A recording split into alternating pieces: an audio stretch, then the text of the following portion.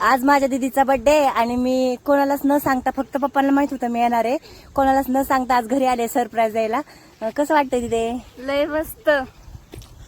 ते आल्यावर कॅप्चर करणं नाही झालं कारण व्हिडिओ काढाय कोण नव्हतं, त्याच्यामुळे आता काढते.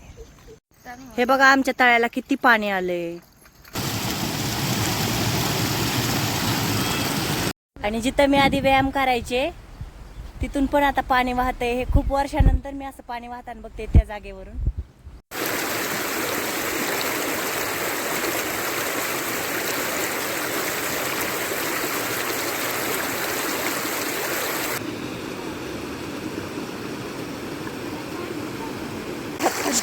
स्टंट हाणतोय पडल्यावर कळण.